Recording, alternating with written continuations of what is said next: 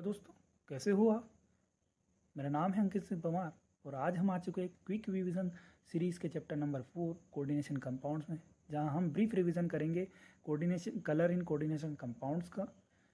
And आज मैं आपको एक बात क्लियर कर दूं, यहाँ पे मैंने दो हाइलाइटर्स का इस्तेमाल किया है। एक है येलो हाइलाइटर, जिससे वो चीज़ डिनोट की गई है जिनकी प्रोबेबिलिटी बनती है क्वेश्चन पेपर में आने की। वहीं रेड हाइलाइटर से वो चीज़ डिनोट की गई है जिनसे क्वेश्चन पूछे जा चुके हैं प्रीवियस ईयर्स में।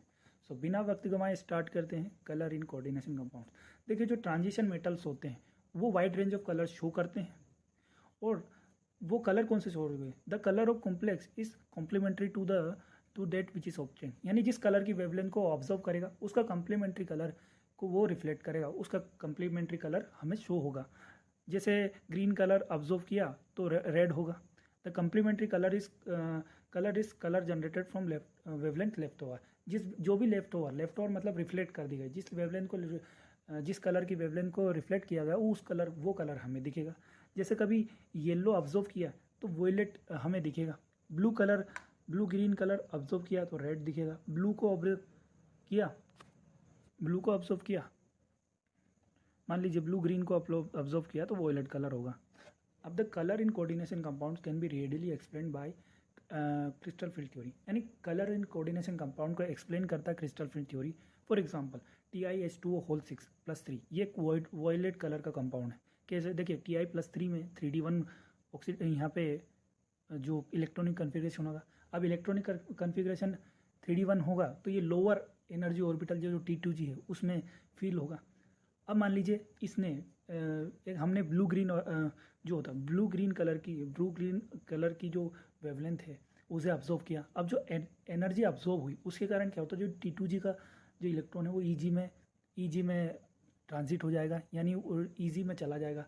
अब जब ये ट्रांजिशन होगा, जब transition of electron from T2g set to e g set होगा तो एनर्जी रिलीज होगी, एक वेवलेंथ रिलीज होगी। उस वेवलेंथ का कलर हमें दिखेगा, उस वेवलेंथ का जो कलर होगा वही कॉम्प्लेक्स का कलर हमें दिखेगा। अब the attributes to colour of the coordination compound to d transition of electron. यानी जो क्रिस्टल फील्ड थ्योरी से हमें एक पता चला कि डी ट्रांजिशन ऑफ इलेक्ट्रॉन के कारण ही कलर ऑफ कॉम्प्लेक्स होता है, कोऑर्डिनेशन कॉम्प्लेक्स। देखिए, अब एक और बात बहुत इंपॉर्टेंट कि in absence of ligand crystal field splitting ओकर ही नहीं होती। यानी कैसे समझे इस बात को। देखिए TiH2O6 H2O6Cl3, अब इसमें क्या होता है, वाटर को बाय हीटिंग निकाल लिया जाता है। अब वाटर को जैसे निकाला तो ये जो कलर्ड कॉम्प्लेक्स है कलरलेस हो जाता है। वहीं एनहाइड्रस CuSO4, एनहाइड्रस उसे बोलते हैं जिसमें वाटर नहीं होता। एनहाइड्रस CuSO4 में कभी वाटर ऐड कर दिया गया तो ये वाइट कलर से ब्लू कलर में चेंज हो जाता है। अब इस चीज़ को एक और एग्जांपल से समझते हैं। जैसे NiH2O6 है, एक कॉम्प्लेक्स है, इसमें एक पर्टिकुलर मोलार रेशियो, जैसे जो इथिलीन डायमीन और निकल का 1:1, 2:1 और 3:1 रेशियो में जब हम एक्वस सॉल्यूशन में इसे मिलाते हैं तो इसका जो कलर होता है, जो पहले एक ग्रीन होता है वो पेल ब्लू हो जाता है 1:1 में, वहीं 2:1 में यही ब्लू पर्पल हो जाता है, और 3:1 में वही वॉयलेट हो जाता है। इस चीज़ से भी हमें समझ में आता है कि डी ट्रांजिशन से कॉम्प्लेक्स का कलर आता है। अब कुछ डेली हम एवरीडे लाइफ में भी कुछ एग्जांपल देखते हैं। जैसे रूबी एक एल्यूमिनियम ऑक्साइड है जिसमें 0.5 to 0.1% क्रोमियम +3 प्रेजेंट होता है, जो कि D3 कॉन्फ़िगरेशन होता है। अब क्या होता है, इसमें भी डी ट्रांजिशन के कारण कलर अराइज होता है रूबी का। ऐसे ही एमराल्ड में भी होता है। एमराल्ड में भी जो मिनरल होता है बेरिल Be3 Al2Si6O18, इसमें भी जो क्रोमियम है +3 ऑक्सीडेशन स्टेट में होगा, और यहाँ पे डी ट्रांजिशन से कलर ऑफ द कॉम्प्लेक्स, यहाँ पे एमराल्ड का कलर डिस्क्राइब होता है। अब कुछ लिमिटेशंस होती हैं क्रिस्टल फील्ड थ्योरी की।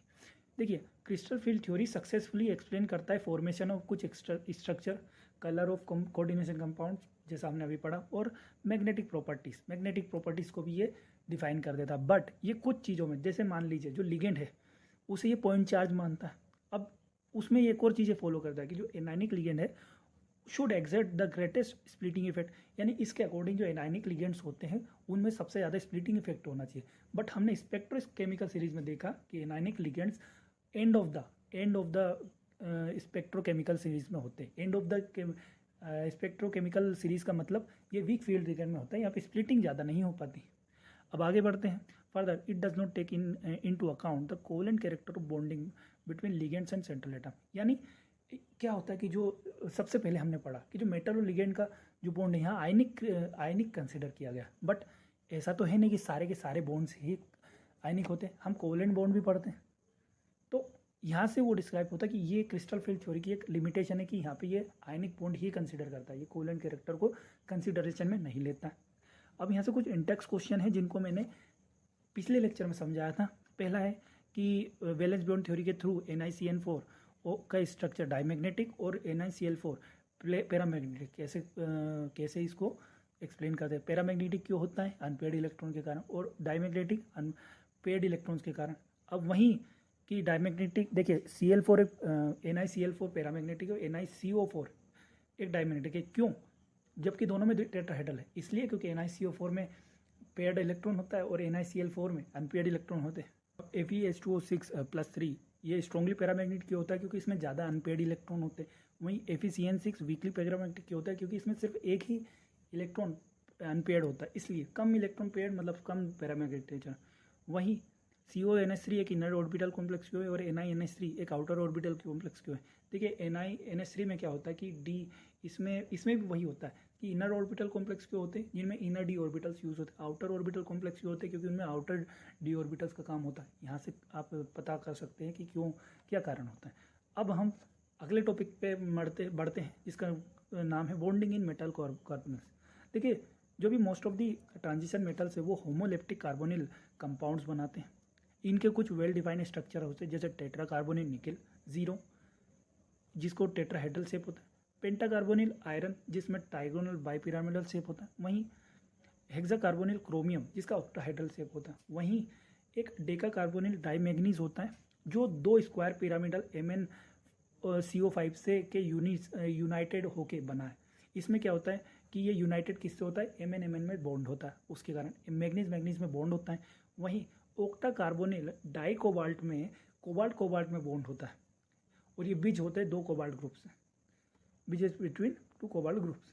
आगे बढ़ते हैं, इनका शेप देख लीजिए, NiCO4 का टेट्राहेड्रल, FeCO5 का trigonal bipyramidal, CrCO6 octahedral, Mn2CO10 इसका ये होता है डेका कार्बोनिल डाइमैग्नीज 0। इनमें सब में कार्बोनिल्स में देखिए मेटल आयन की जो ऑक्सीडेशन स्टेट होगी वो 0 होगी, ये बात ध्यान रख लीजिए।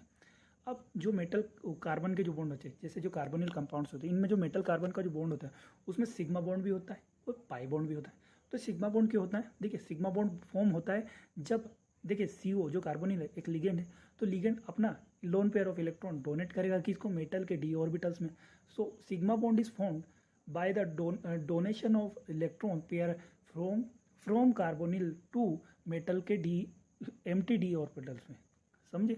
वहीं अब क्या होता है, एक पाई ऑर्बिटल्स भी बनता है, पाई बॉन्ड भी बनता है। पाई बॉन्ड कब होता है? जब मेटल अपने इलेक्ट्रॉन्स डोनेट करता है कार्बोनिल्स जो भी लिगेंड होता है, लिगेंड के anti bonding pi star orbitals में, जो कि जैसे कार्बन मोनोक्साइड है उसके vacant anti bonding pi star orbitals में डोनेट करेगा। इससे हमें पता चलता है कि पाई बॉन्ड, और इन दोनों के कारण ये क्या होता है, जो मेटल लिगेंड बॉन्डिंग होता है इससे क्या एक सिनर्जिक इफेक्ट होता है जो स्ट्रेंथ करता है बॉन्ड बिटवीन जो कार्बोनिल एंड मेटल के कारण, और मेटल और जो कार्बोनिल ग्रुप है उन दोनों में सिनर्जी इफेक्ट के कारण स्ट्रेंथ हो जाता है, जो बॉन्ड है वो स्ट्रेंथ यानी उसकी ताकत बढ़ जाती है। अब आते हैं importance and application of coordination compounds में।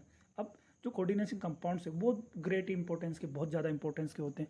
अब इनके इंपॉर्टेंस कहाँ होते हैं? देखिए सबसे पहला compound coordination compound find use in many qualitative and quantitative chemical analysis. कुछ बहुत सारे क्वालिटेटिव और क्वांटिटेटिव केमिकल एनालिसिस में इनका यूज़ होता है।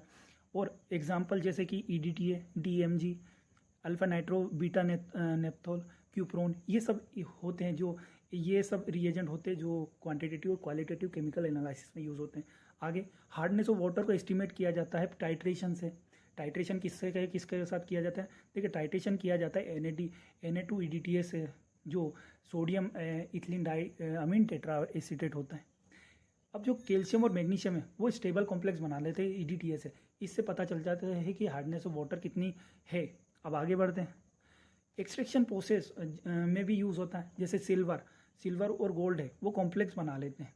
अब जो जैसे मान लीजिए एक एग्जांपल लिया जाए गोल्ड का, तो गोल्ड क्या होता है, कंबाइन कर लेगा साइनाइड से। अब साइनाइड जो होता है उसके साथ कंबाइन कर देता है in the presence of oxygen and water. Oxygen और वाटर से ये कंबाइन कर लेगा और एक कॉम्प्लेक्स बनाएगा एक्वस सॉल्यूशन में AuCN2 होल ट्वाइस। अब क्या होता है कि गोल्ड को क्या होता है कि जैसे ही गोल्ड, अब इस कॉम्प्लेक्स को जब जिंक से रिएक्ट करवाया तो गोल्ड अलग हो जाता है, प्योर गोल्ड अलग हो जाता है। अब आगे आते हैं और भी यूजेस, जैसे देखिए प्यूरिफिकेशन ऑफ मेटल में भी इसे यूज़ होता है। जैसे क्या होता है कि पहले इसको कॉम्प्लेक्स फॉर्मेशन करवाया जाता है, फिर कॉम्प्लेक्स फॉर्मेशन के बाद इसको डिकम्पोज किया जाता है जिससे प्योर मेटल निकाल लिया जाता है। जैसे फॉर एग्जांपल इम्प्योर निकल को कन्वर्ट किया जा सकता है NiCO4 में, निकल टेट्रा कार्बोनेट निकल में कन्वर्ट किया। अब इसको क्या होता है, टेट्रा कार्बोनेट निकल को डिकम्पोज कर दिया जिससे प्योर निकल ऑप्टेन हो गया। आगे बढ़ते हैं, कुछ बायोलॉजिकल सिस्टम्स में इसका यूज़ होता है कोऑर्डिनेशन कॉम्प्लेक्स। जैसे जो क्लोरोफिल लेते हैं वो एक कोऑर्डिनेशन कंपाउंड है किसका, मैग्नीशियम का। हीमोग्लोबिन कोऑर्डिनेशन कंपाउंड है आयरन का। विटामिन B12 साइनोकोबालामिन ये कंपाउंड है कोबाल्ट का।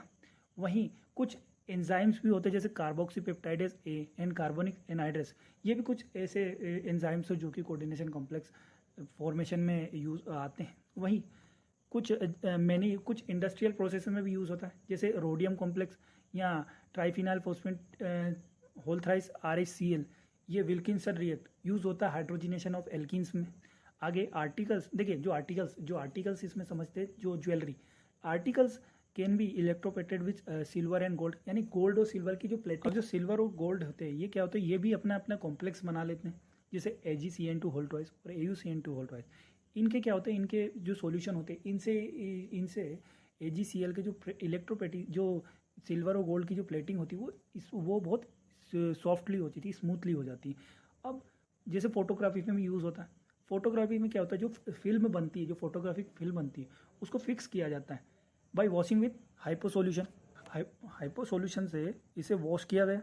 हाइपो सॉल्यूशन से वॉश करने के बाद इसे डिसॉल्व कर दिया गया। हाइपो सॉल्यूशन में जो डिसॉल्व कर देता है, जो अनडिकम्पोज्ड AgBr है उसको डिसॉल्व कर देता है और फिर एक कॉम्प्लेक्स बनवा देता है जो हाइपो सॉल्यूशन का AgS2 होल ट्वाइस -3 एक कॉम्प्लेक्स बन जाता है। आगे कुछ मेडिसिनल केमिस्ट्री में भी यूज़ होता है, जैसे एक्सेस ऑफ कॉपर और आयरन को रिमूव कर दिया जाता है चिलेटिंग लिगेंड, जैसे D-पेनिसिलिन अमीन और D-डेसफेरेक्समाइन B से यूज़। इनसे क्या होता है, एक्सेस कॉपर और एक्सेस आयरन रिमूव कर दिया जाता है। और सबसे ज़्यादा important EDTA is used in lead poisoning में EDTA का यूज़ होता है। वहीं जो सिस्प्लेटिन होता है, सिस्प्लेटिन का यूज़ होता है to inhibit the growth of tumour को की ग्रोथ इनहिबिट करने में, उसको ठीक करने में सिस्प्लेटिन का यूज़ होता है। और इसी के साथ सारे बायोलॉजिकल इंपॉर्टेंस खत्म।